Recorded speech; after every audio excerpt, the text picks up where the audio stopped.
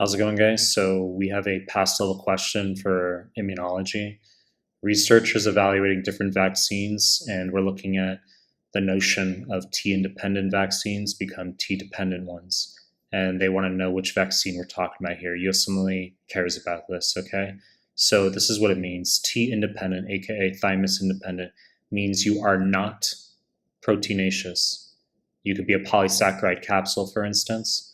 T-dependent means you are proteinaceous. So in terms of the immunology, if you are not proteinaceous, you're T-independent, it means you cannot be presented on MHC molecules to T cells. So you cannot induce as robust of an immune response.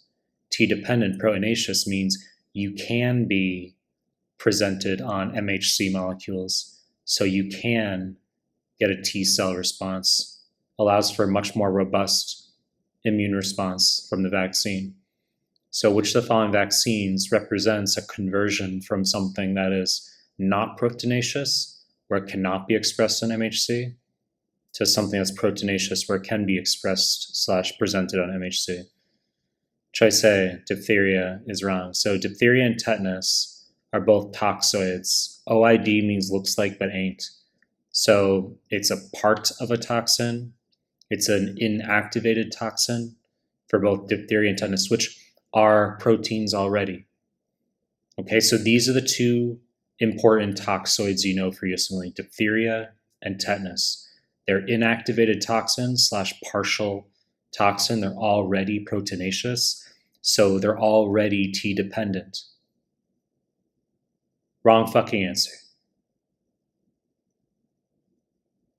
Choice B, Haemophilus influenza type B, correct answer.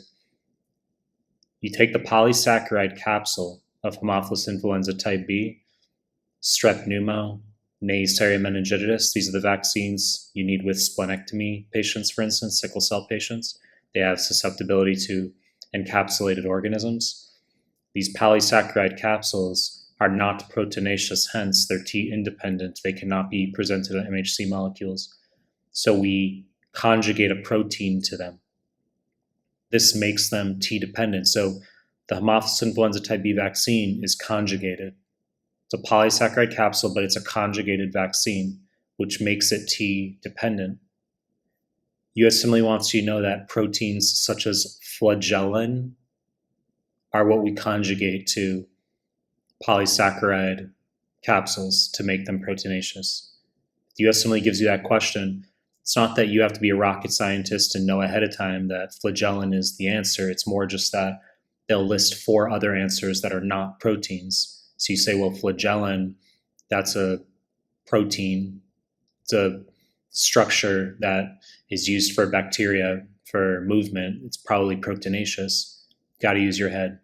Okay, so strep pneumo, Haemophilus influenza type B, Neisseria meningitis, these are conjugated vaccines.